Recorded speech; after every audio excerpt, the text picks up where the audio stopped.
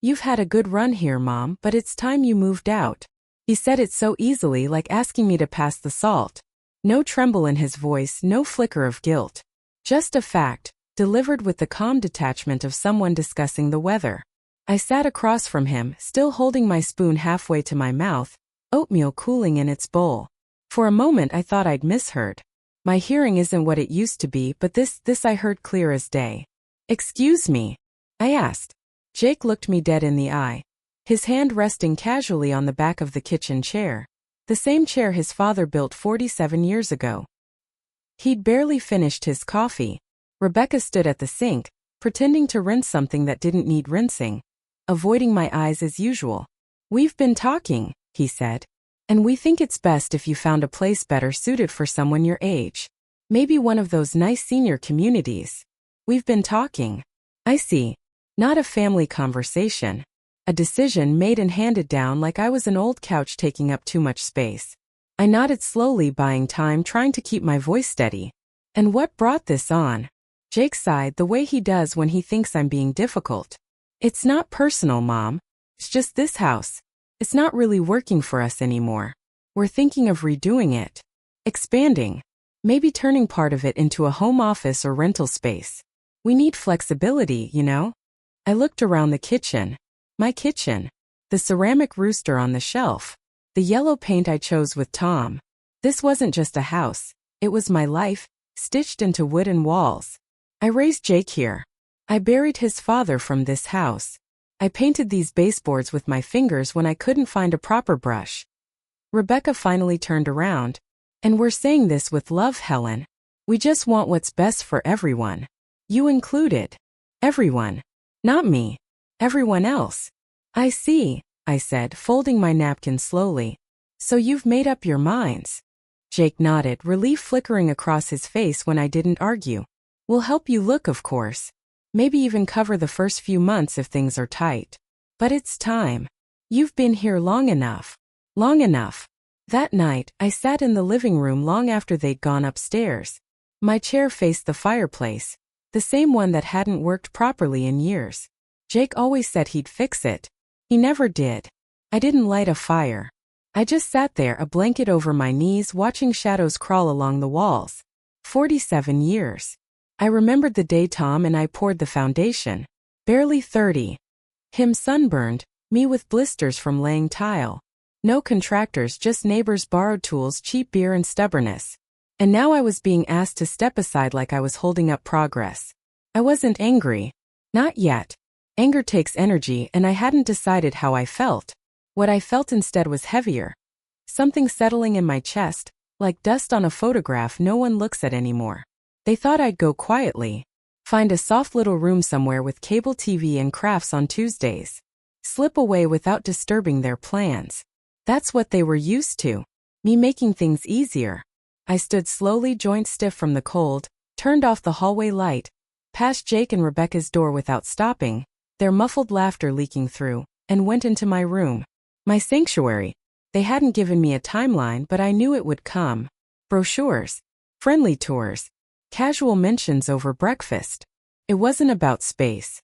It was about no longer needing me.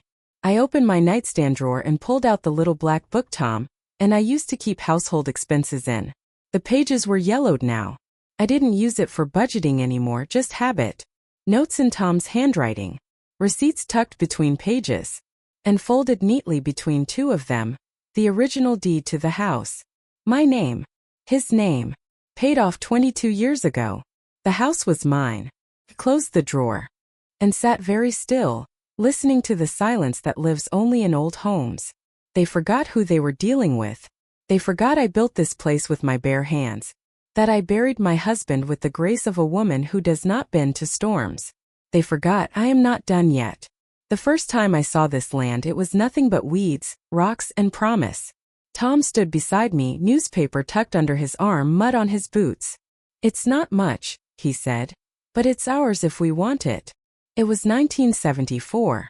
$2,000 in savings. One rusty pickup. Hearts bigger than our bank account. We signed the papers under a shade tree, using the hood of the truck as our table. That afternoon we marked the corners of the house with twine and hope. That's what this place was built on, hope, and a stubborn kind of love that doesn't show up in movies. Tom wasn't an architect. I wasn't a builder. But between his hands and my will, we made it stand. I mixed concrete with a shovel and poured it barefoot. We worked after hours under porch lights, borrowed tools, bartered favors. Jake was born 2 years later. His first crib sat in the unfinished hallway. He fell asleep to hammering and woke to sawdust and cinnamon toast. He doesn't remember that. Or maybe he does, and it's just easier not to. The swing in the backyard, hung with torn rope and an old tire pulled from a ditch. The peach tree planted on Jake's 5th birthday. It still blooms, though the fruit's gone bitter. The cracks in the hallway tile. The slope in the kitchen floor. The squeaky third stair. Not flaws. Signatures. Like wrinkles on a face that has lived long and well. I see them and remember who I was, before life folded me into the background. The morning after Jake's announcement, I woke early as always. Brewed coffee no one else drinks. Stepped onto the porch. The boards creaked. Tom used to say that meant the house was greeting you. It knows your step, he'd grin. Fog hugged the grass. Damp earth filled the air. Tears burned behind my eyes, not the kind that fall, the kind that just sting. I sat on the porch swing, pulled Tom's old flannel tighter, and watched what used to be our view. Fields replaced by fences. Scooters where corn once grew. Still I loved it. They wanted to take it, not because they needed it but because they thought I'd had enough of it. As the light crept in, washing rooftops in soft gold, I knew what I had to do. I wasn't going to let them sell it from under me. And I wasn't leaving like a guest who'd overstayed her welcome. If I was leaving, it would be on my terms. And the house? It wasn't going to them. Not anymore. Later that day, after Jake left for work and Rebecca disappeared to Pilates or brunch, or wherever she goes when no one's watching, I pulled the lockbox from the closet shelf. My fingers knew the code by heart. Tom's birthday. Inside were the things that mattered, the deed, the will, insurance papers, and the savings account we never touched unless we had to. I smiled. They didn't even know it existed. I reached for my address book. Not the phone one. The real one. Pages worn soft by decades. I found the name. Charlotte Monroe, Realtor. An old church friend. Widow like me. She always sent Christmas cards. I dialed. She answered on the 3rd ring. Charlotte, it's Helen Mayfield. Helen, she said warmly. Lord, I haven't heard your voice in years. I need your help, I said. Quietly. There was a pause, not the bad kind. The kind that means someone is listening with both ears. I'm here, she said. What do you need? I want to sell my house. Her voice softened. Are you sure? I looked around the room. At the walls. The light. The life I built. I've never been more sure of anything in my life. As sure as I'd ever been. And Jake? I hesitated. He didn't need to know. Not yet. Charlotte didn't ask why. She didn't need to. All right, she said. Then let's get started. By the time we hung up, we had a plan. No open houses. No signs in the yard. Everything by appointment only, and only with buyers ready to move fast. Charlotte would send a photographer who understood discretion. She knew people. Widowed professors, traveling nurses, quiet types who didn't need everything to be shiny and new. The right kind of people. I hung up the phone and looked around the living room. The couch was lopsided. The rug was faded. The whole place smelled like lemon polish and old books. It wasn't perfect, but it was mine. There's a drawer in the hallway I haven't opened in years. The wood sticks when it's humid, and it always lets out a small groan when I tug too hard. Like it's tired of being reminded. I pulled it open that day, careful not to wake the rest of the house.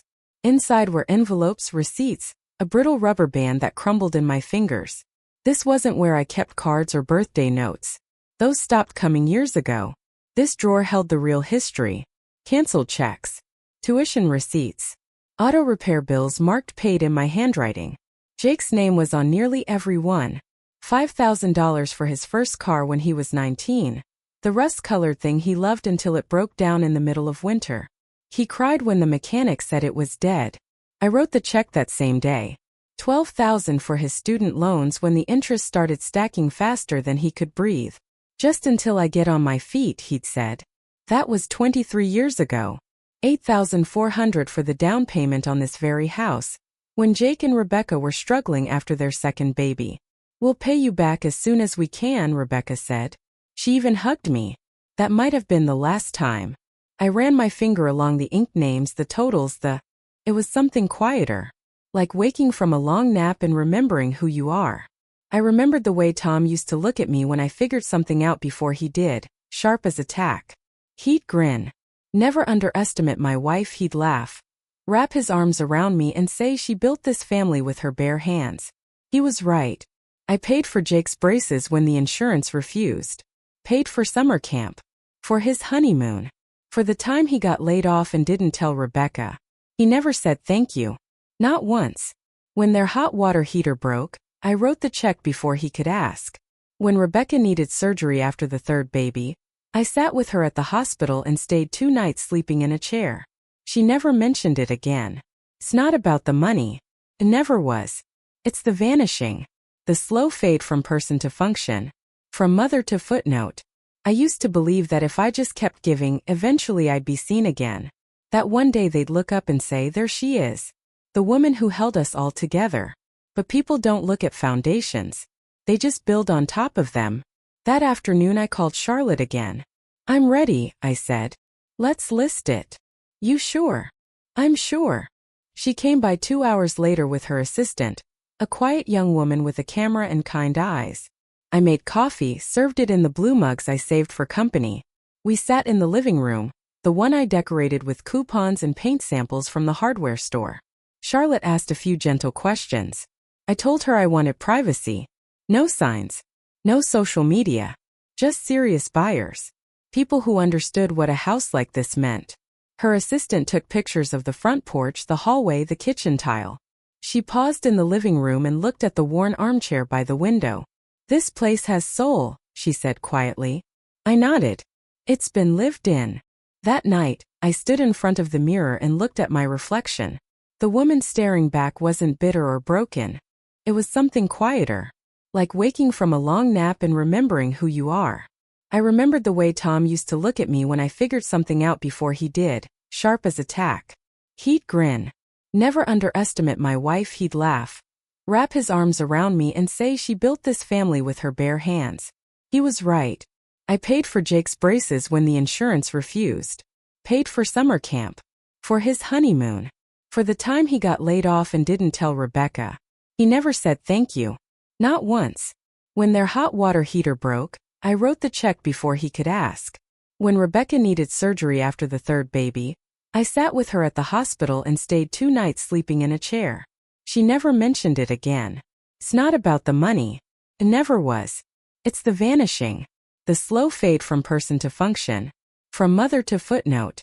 I used to believe that if I just kept giving, eventually I'd be seen again. That one day they'd look up and say, "There she is. The woman who held us all together." But people don't look at foundations. They just build on top of them. That afternoon I called Charlotte again. "I'm ready," I said. "Let's list it." "You sure?" "I'm sure." She came by 2 hours later with her assistant, a quiet young woman with a camera and kind eyes. I made coffee, served it in the blue mugs I saved for company. We sat in the living room, the one I decorated with coupons and paint samples from the hardware store. Charlotte asked a few gentle questions. I told her I wanted privacy. No signs. No social media. Just serious buyers. People who understood what a house like this meant. Her assistant took pictures of the front porch, the hallway, the kitchen tile. She paused in the living room and looked at the worn armchair by the window. "This place has soul," she said quietly. I nodded. "It's been lived in." That night, I stood in front of the mirror and looked at my reflection. The woman staring back wasn't bitter or broken. She was awake. Rebecca's footsteps always sounded impatient, heels too sharp for a kitchen floor. That morning she was up early, pacing between cabinets, slamming a cupboard now and then, making sure the whole house knew she had things to do, and someone was in her way. That someone, of course, was me. I'd made tea and sat at the kitchen table with the newspaper folded just so. A habit. A ritual. The way I kept my mornings quiet even when others filled the room with noise. She didn't look at me when she reached past to grab her supplements. Just that tight smile. No eye contact. Then she moved to the sink. You used the last of the almond milk, she said flatly. I wasn't aware it was reserved, I replied, sipping my tea. But I'll replace it. She exhaled as if I'd said something offensive. It's fine. Just next time check. Check. As if I were a tenant. She began fussing with the blender, dropping handfuls of powder and greens into it like she was fighting gravity. The noise filled the room. I kept reading, letting my eyes move over the same paragraph for the third time. Jake came in moments later, jacket half on, phone to his ear. He nodded at me, mouthed a vague warning, and turned back to the screen. Tell them I'll review the contract by noon, he said into the phone. And no, we're not budging on the delivery timeline. He poured himself coffee. Didn't sit. Just hovered. Barking orders. Sipping bitterness without pause. Rebecca shut off the blender with dramatic flair. You're going to be late, she snapped. Jake muttered something and disappeared down the hall. Rebecca stayed. She took her glass of green sludge and leaned against the counter, finally turning to me. So, she said in that voice that pretends to be casual but never is. Have you given any thought to what Jake mentioned? I set down the paper. You mean the part where I'm asked to leave my own home?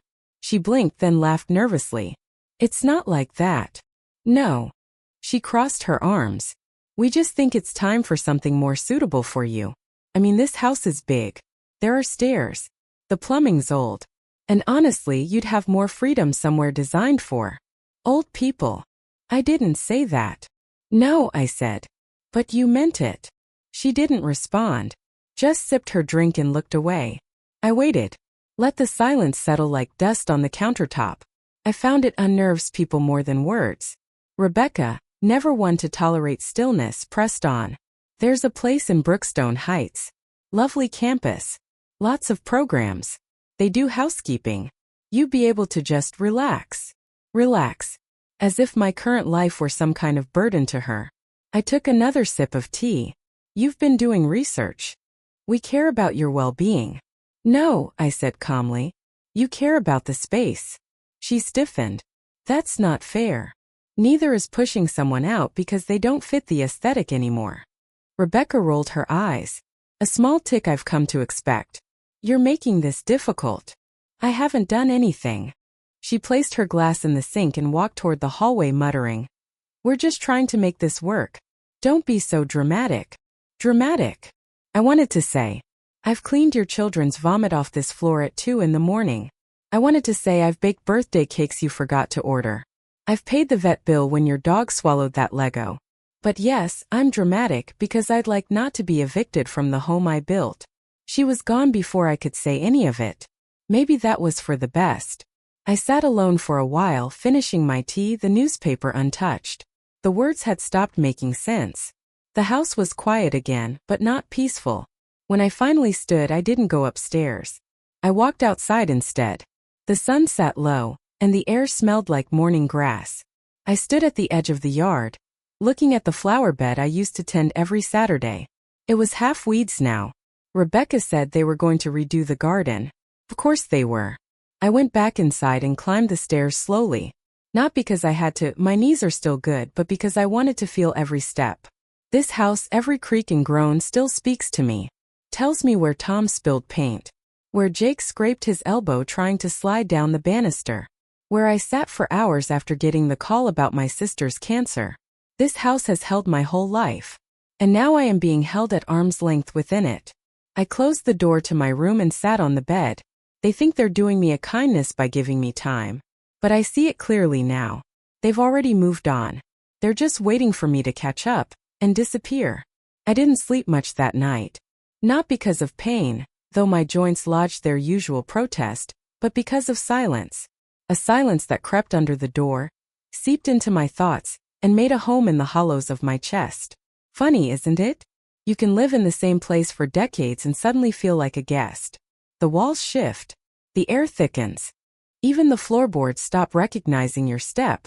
By 5 a.m. I gave up pretending to rest. I slipped out of bed and wrapped Tom's old sweater around my shoulders, the green one with the worn elbows. It still smelled faintly of cedar. Downstairs, the house was asleep. I didn't bother turning on the lights. I didn't need them. I knew every corner, every creak, Every place where the floor dipped slightly. In the kitchen I moved slowly. Kettle on. Mugs out. I sliced half a banana, sprinkled a little cinnamon, poured myself a cup of tea. Rituals. Sometimes rituals are all you have when your place in the world is being edited without your consent. I sat at the kitchen table, the one Tom built when Jake was in kindergarten. It still had the scratch where Jake dropped a wrench. I remembered yelling, then laughing, then brushing his hair back and telling him it was just a table. He grinned, gap-toothed and proud. That table outlived the man who built it. Outlived the boy who once sat at it with sticky fingers and dreams of spaceships. I ran my fingers along the grain and took a deep breath. They want to tear this all down. Drip it. Repaint it. Stage it for guests. They want to sterilize it, make it Instagram ready. Turn my life into a neutral backdrop. They want me gone so they can start again. Well, let them start again. Just not with my house.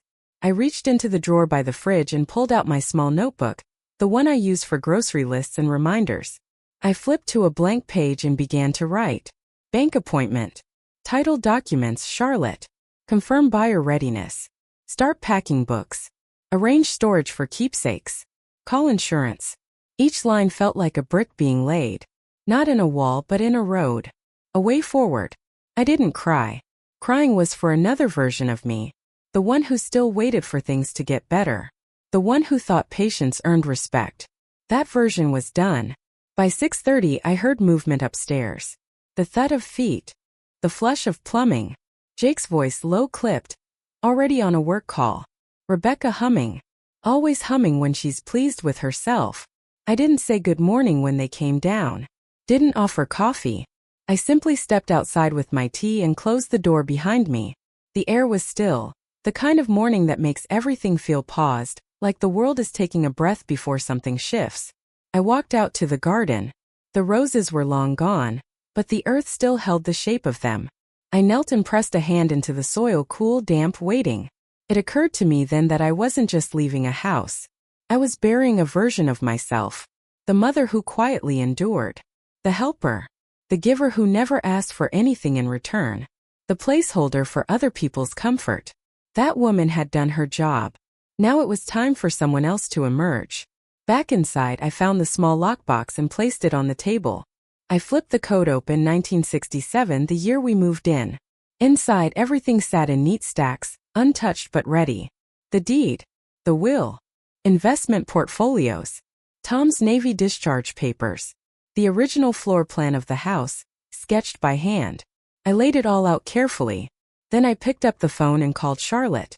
Still early, she answered, voice groggy but kind. I'm ready, I said. You sure? I'm more sure than I've been in a long time. There was a pause. All right, she said. Then let's get to work. After the call, I pulled out a second notebook. A red one with a cracked spine. I hadn't used it in years. It was where I kept thoughts that didn't fit anywhere else. I turned to a clean page and wrote, they think this house belongs to them now. That I'm just a footnote, a gentle removal. But they've forgotten something important. I was here before them. I built this from dirt and debt and scraped knuckles. And I will decide how it ends. Charlotte arrived at exactly 10 a.m. Punctual as always. She parked across the street, careful not to draw attention, and walked up the driveway like a neighbor dropping by for coffee. She hadn't changed much. Still had the brisk walk. The tidy gray bob.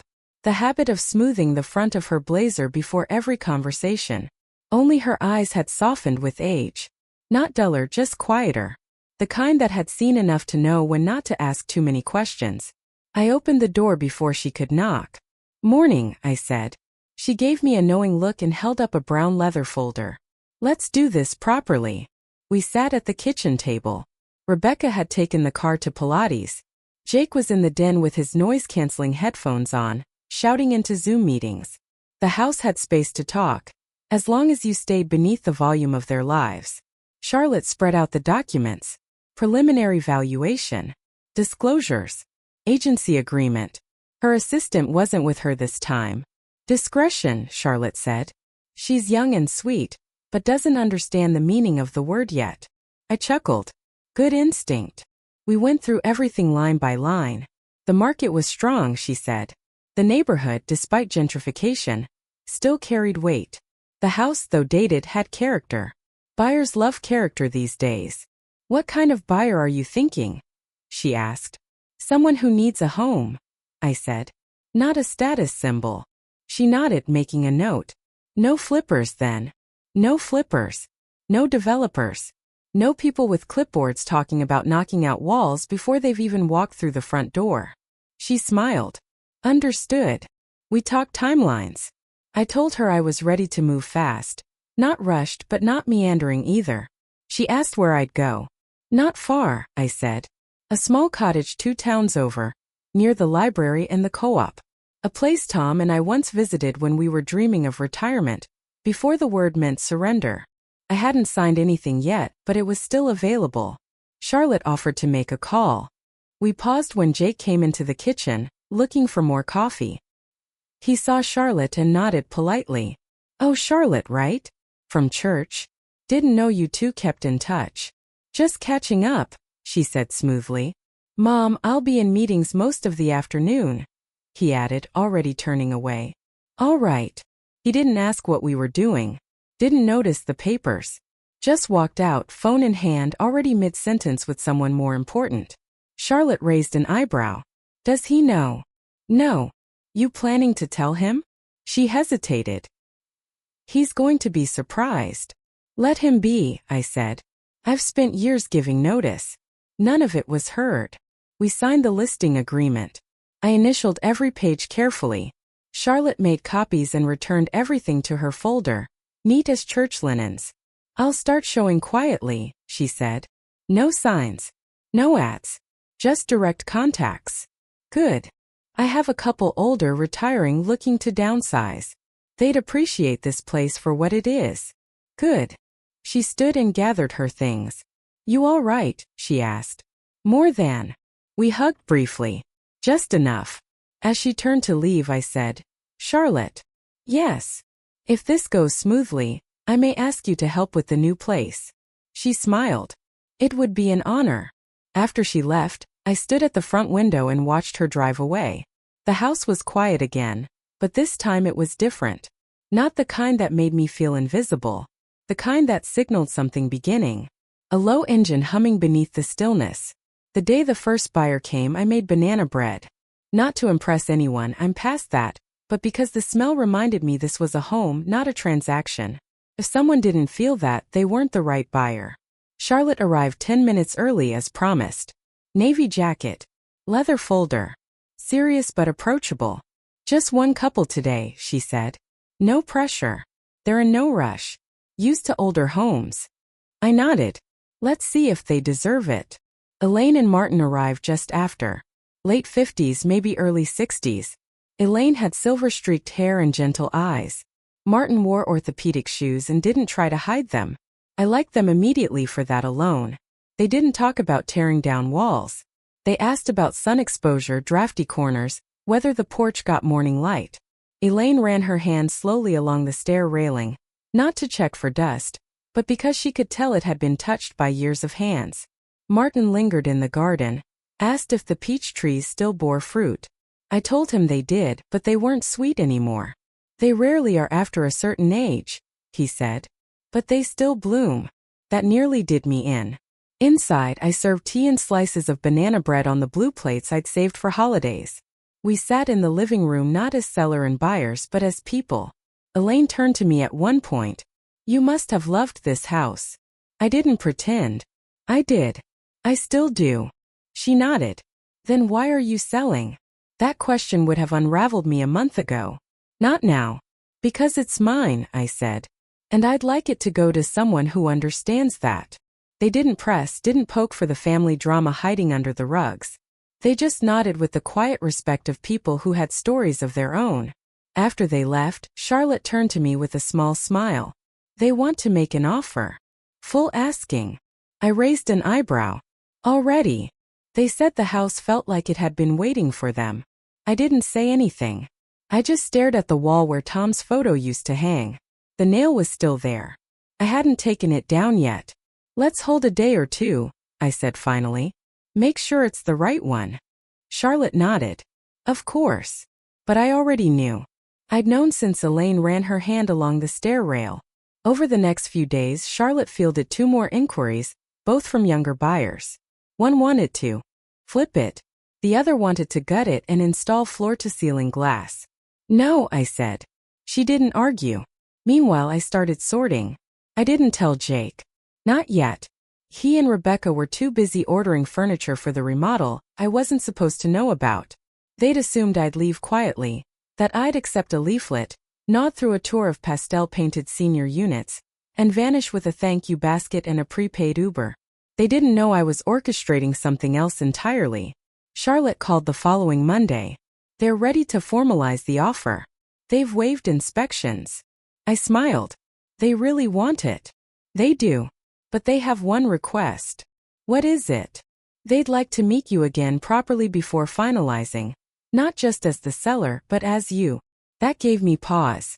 In this world, people don't ask for conversations. They want keys and square footage, not the fingerprints behind the wallpaper. But Elaine and Martin weren't people who rushed. Tell them I'll bake something. That Wednesday, we sat again at the same kitchen table. I served peach cobbler, bitter but warm.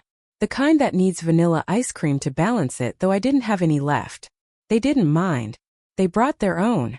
Elaine took a long look around after dessert. We'll take care of it, she said softly. The garden, the porch, even the creaky stair. We won't strip it down. Martin nodded. We're not trying to change it. We just want to live in it. I believed them. That evening after they left, I sat with Charlotte by the window.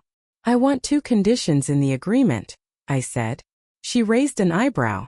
First, they can't start any major demolition for a year. No walls, no floors, no gutting. Just living. She nodded, scribbling notes. Second, I want one last morning here after closing. Alone. Charlotte looked at me for a long time, then quietly said, I'll make sure of it.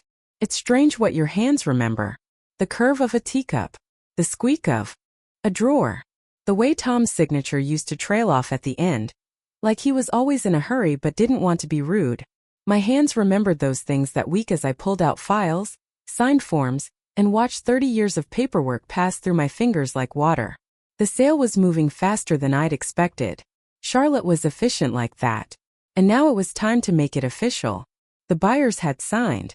The bank was ready. All that remained was for me to put pen to paper and untie the knot that had held this house to my name since 1974. I didn't cry. I thought I would. But by the time I sat in that too-cold office with a pen that looked too shiny for something so final, the tears had dried up before they began. The escrow officer, a polite young woman named Danielle, walked me through every line. Sign here and here. This initial means you agree to vacate by. I know what it means, I said. She blinked. Yes, ma'am. I didn't mean to sound sharp. I just wanted it done. Quick cuts, not slow ones. I signed everything. When she slid the final sheet toward me, she paused. This page confirms wire transfer instructions. You'll be receiving the funds here. She pointed to the account I'd opened years ago. The same one Jake didn't know about. The same one I'd kept separate, not out of secrecy but survival. Yes, I said. But I'll be transferring most of it to a trust. For yourself, she asked gently. And someone who still sees me. She nodded, didn't push. Just typed something into her computer and clicked her way out of my history. By the time I left the office, the documents were already on their way to the buyers. In less than 72 hours it would be done.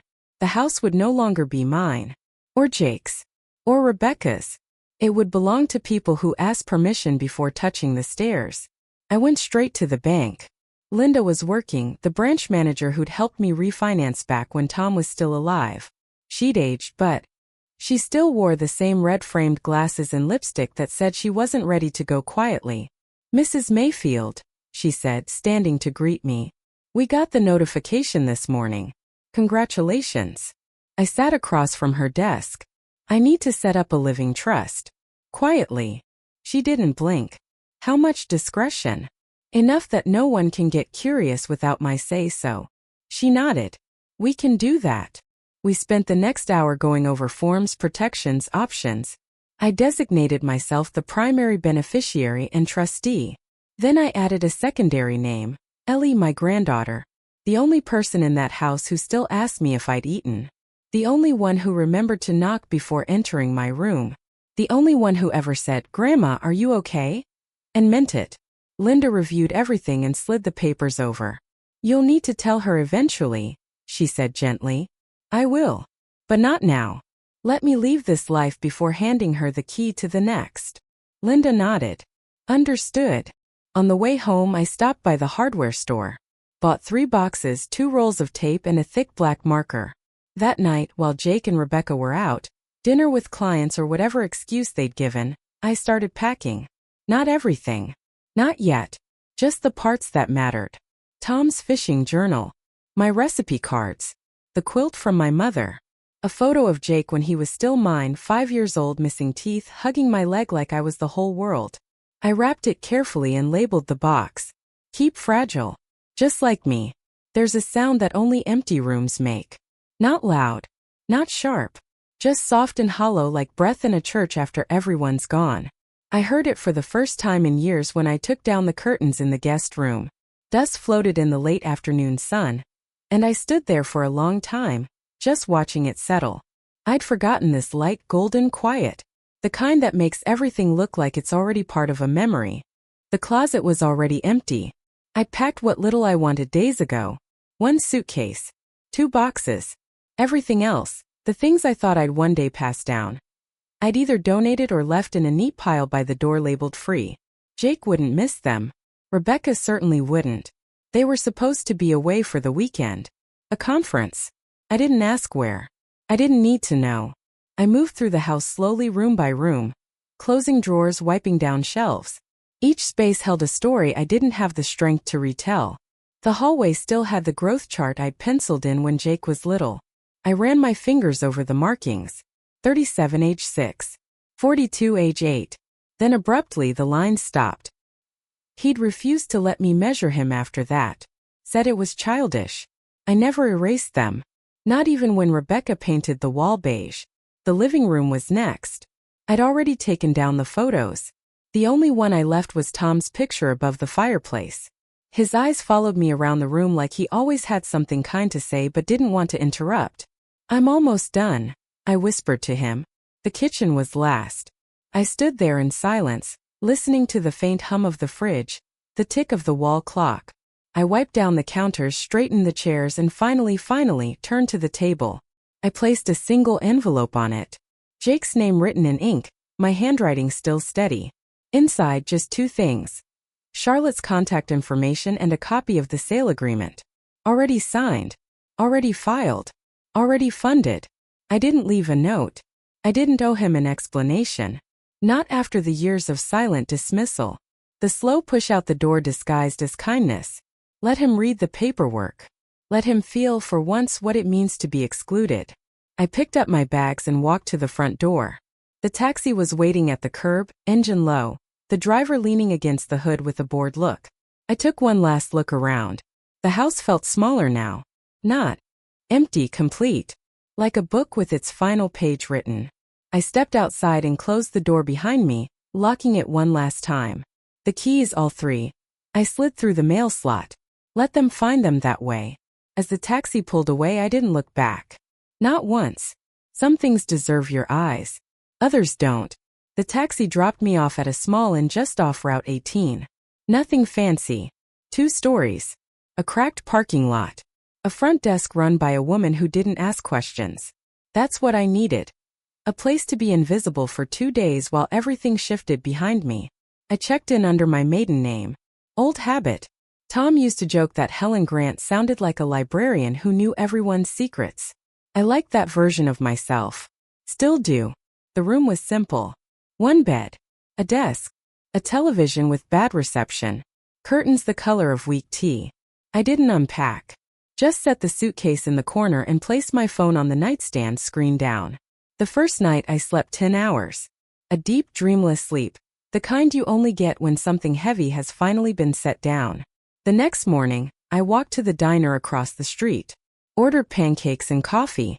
The waitress, a girl with tired eyes and chipped polish, didn't try to chat. Just refilled my mug without being asked. Kindness, the quiet kind. At noon, Charlotte called. It's done, she said. The funds have cleared. The papers have been recorded. I let that sink in. I looked out the window at the street. The cars, the people walking past with no idea what had just happened. And the keys? I asked. Delivered this morning. I gave them the letter you left. Did they read it? They didn't need to. They just smiled.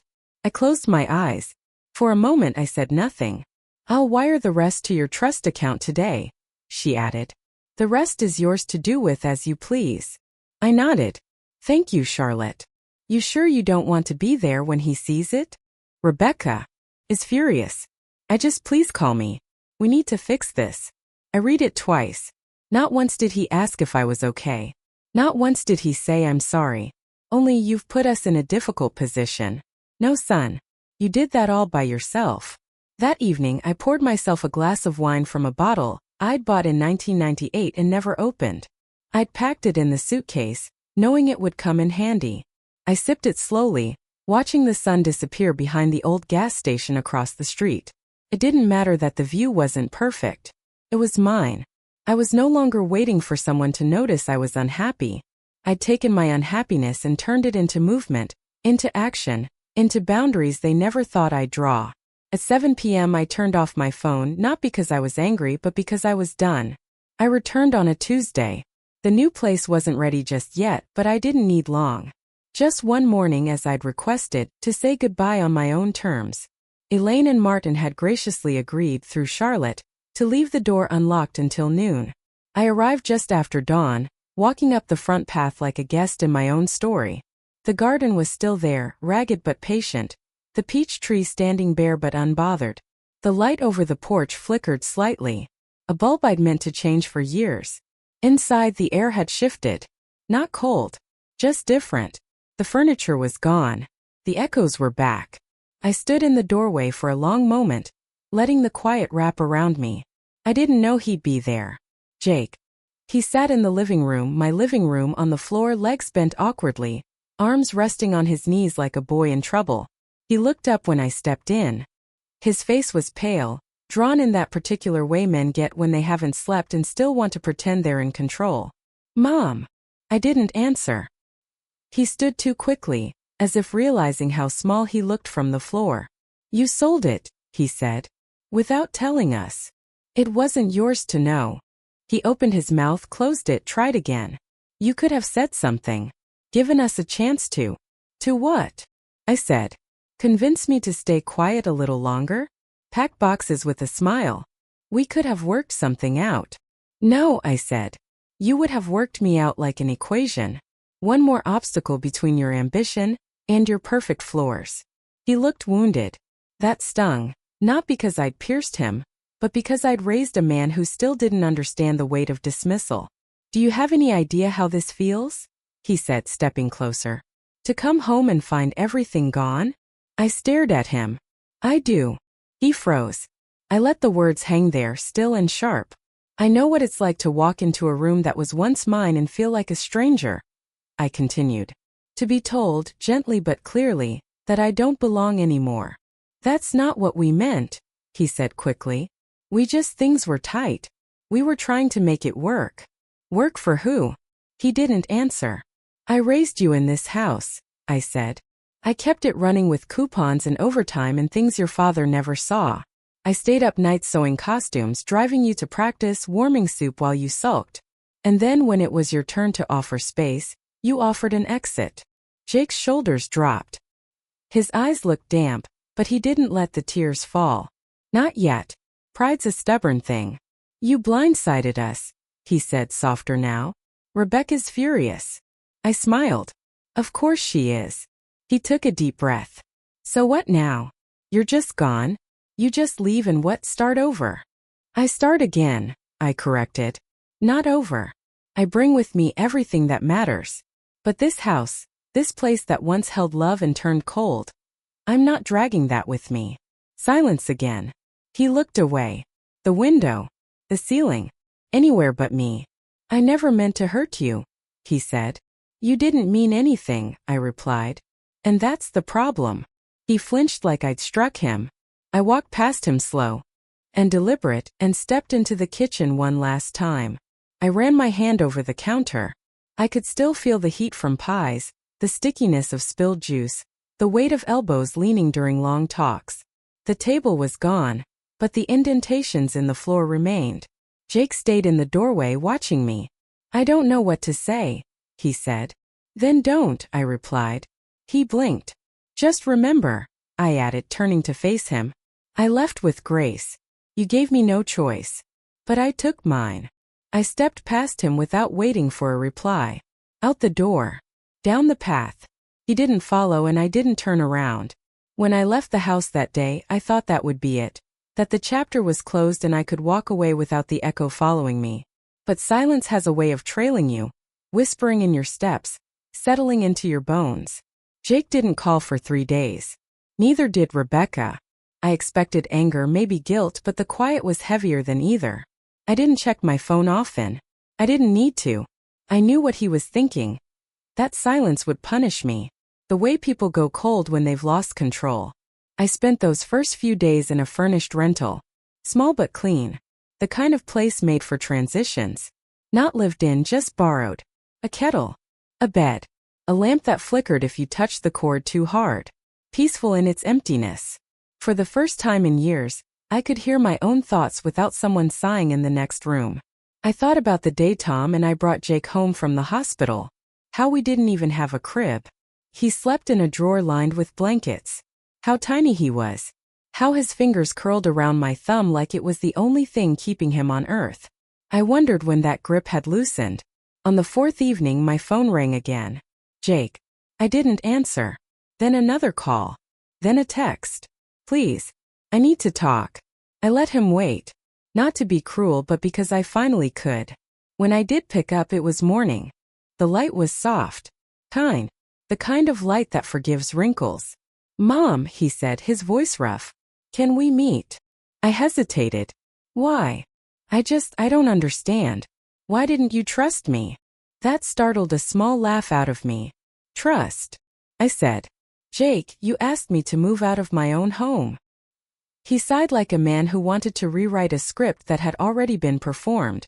"It wasn't like that." "It was exactly like that." He went quiet. I could hear traffic in the background, the sound of him pacing. Then softly, "I just wanted to make things better for you. Not for me." Another pause. "I came by today," he said. "The new owners let me in for a minute. They said you stopped by that morning." "I did. It feels different now." "It should." He exhaled shakily. "It doesn't feel like home." "No," I said. "Because it isn't." That was the first time he didn't argue. He didn't hang up either. We just sat there, separated by distance and years of misunderstanding. The silence between us thick, but alive. Not cruel this time. Just honest. Finally I said, "You built your life around having more, Jake. More rooms. More plans. More reasons. I spent mine trying to give it all to you. I don't regret that. But there comes a point when giving stops being love and starts being erasure." He didn't speak.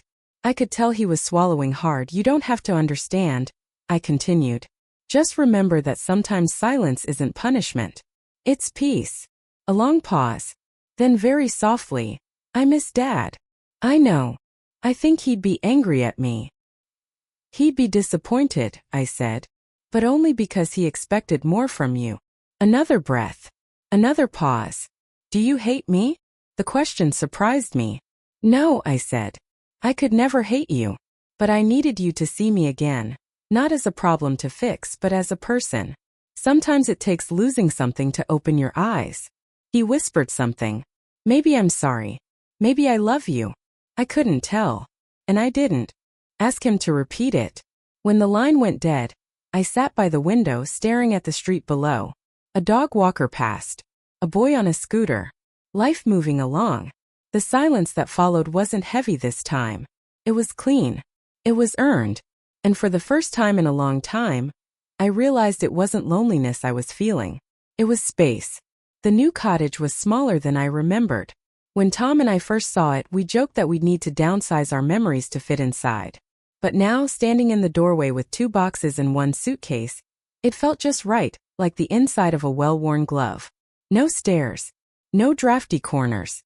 Just soft light, quiet walls, and enough room to breathe without apologizing for the air I took up. The landlord was kind. A retired nurse. She handed me the keys with a smile and said, "Take your time settling in. This place needs someone like you." I didn't know what she meant, but I chose to believe it was something good. I unpacked slowly, not out of fatigue but intention. Every object I placed was a declaration. I am still here. Not in the shadows. Not as a placeholder. Here in the center of my own story. The quilt went over the back of the chair. The chipped teacup, the one Jake had painted when he was 5, sat by the sink. Tom's flannel hung on the coat hook. The photograph of me holding newborn Jake stayed in the drawer. Not out of shame, out of privacy. By the end of the first week, the space began to feel like mine. I went to the co-op on Wednesday. The girl at the register smiled without rushing me. On Thursday, I signed up for a reading circle at the library, not because I wanted to talk, but because I wanted to listen. It was strange to build something for myself without asking permission. Strange and beautiful. Jake came by on the 10th day. He called first. I appreciated that. It was the first small thing he'd gotten right in a long time.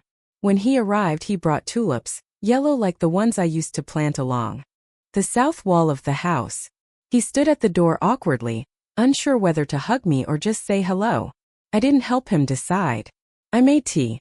We sat at the small kitchen table, knees bumping under its narrow wood.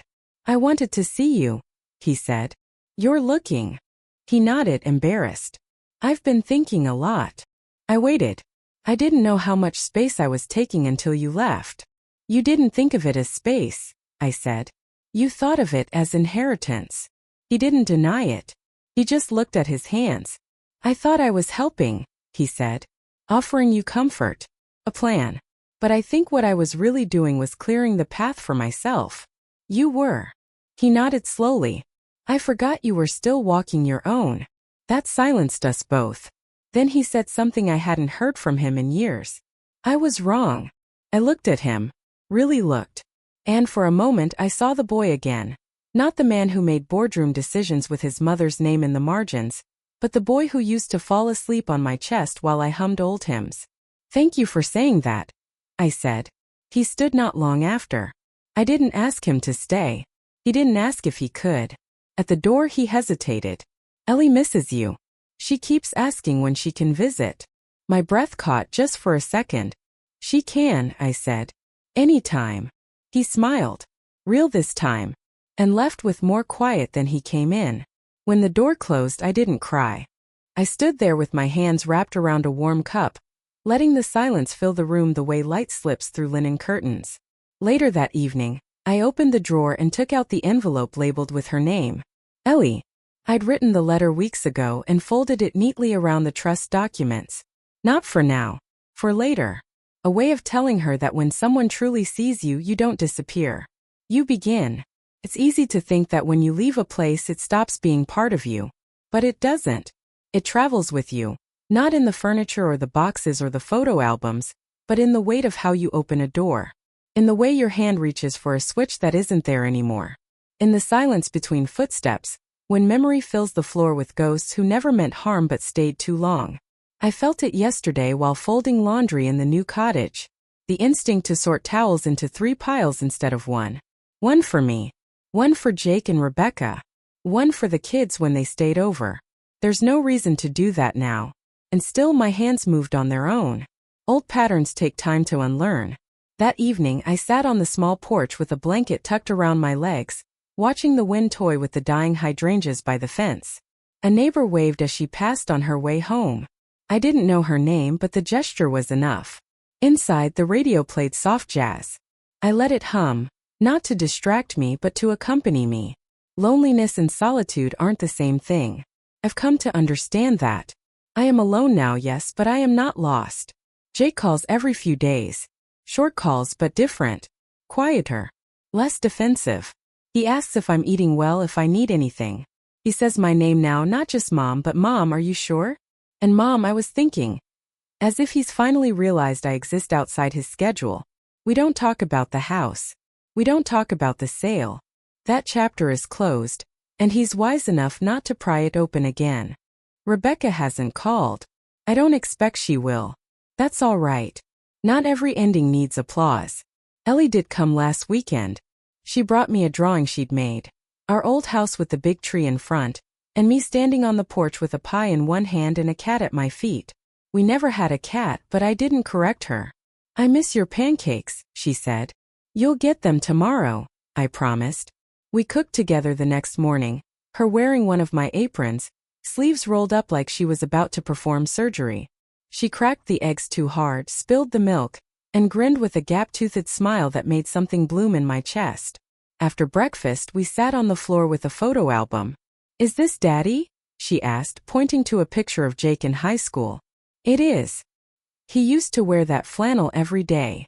She stared at it, amazed. He had hair. We laughed. Then, suddenly serious, she asked, Why don't you live with us anymore? The question landed like a pebble in still water, small but rippling. I thought for a moment before answering as truthfully as I could. Because sometimes when people stop seeing you clearly, you have to walk away so they remember what they're missing. She frowned, considering this. Did it work? I smiled. Ask your dad. That night, after she'd gone home, I sat with the album still open in my lap. The past didn't feel heavy anymore. Just full. Like an attic you finally organized. Everything's still there, just no longer stacked on top of you. I paused on a picture of Tom standing in the yard with a hammer in his hand, the frame of the house behind him, half-built, full of dreams. We had nothing then. No blueprint. No safety net. Just love and a mutual agreement to figure it out as we went. That was enough. Still is. There's a rhythm to endings, if you're quiet enough to hear it. They don't come with fanfare. They aren't always clean. But they have weight. A final click in the lock. A drawer that finally closes. A voice inside you saying you did it. That was the last page. I heard it this morning while making tea, the kettle's whistle rising just as the light hit the kitchen tiles. My chair pulled out an inch too far, then tucked back in. The cupboard door, usually sticky, closing on the first try. A good ending doesn't always look like triumph. Sometimes it looks like peace. The cottage has settled around me. Not like the old house, which pressed in with memory and expectation. This place exhales. It lets me move without apology. There are no chores waiting to be noticed. No conversations to tiptoe around. Just days that belong only to me. The strange thing is, I didn't even realize how much I needed that. Today I went to the post office. The woman behind the counter knew my name. You've got something from the library, she said, sliding a padded envelope toward me. A new audiobook. The kindness startled me, not because it was rare, but because I was finally still enough to feel it. When I got home, there was a letter in the mailbox. Not a bill. Not junk mail. A letter. Thick envelope. Familiar handwriting. Jake. I sat on the porch with my tea and opened it carefully, as if the paper might bruise. Inside were 2 pages. No drama. No graveling. Just words I'd waited a long time to read. Mom, I've been talking to Ellie. She told me what you said, that when people stop seeing you, you have to walk away. I've been thinking about that a lot. And I want you to know I'm starting to see you again. Not just as my mother, but as a person. I don't know how to make up for the years I didn't, but I'm trying. Ellie says you make pancakes better than anyone else. Maybe sometime you'll let me come too. Love, Jake. I held the letter in my lap for a long time. Not because I didn't know how to respond, but because I didn't need to respond right away. Some things deserve to sit still. To breathe. To be fully felt before they're answered. Later that afternoon, I took out the second envelope. The one with Ellie's name on it. The letter I'd written weeks ago. Folded carefully around the trust documents. Sealed with the quiet intention of legacy. Not wealth. Not property. Just truth. I picked up a pen and added a final note at the bottom. P.S.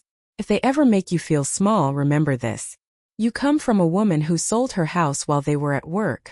Not out of spite, out of clarity. You don't owe anyone your silence. Not when your voice has something to say. I placed it back in the drawer. Not for now. For when she's old enough to understand that courage doesn't always raise its voice. Sometimes it just packs a bag, closes a door, and begins again.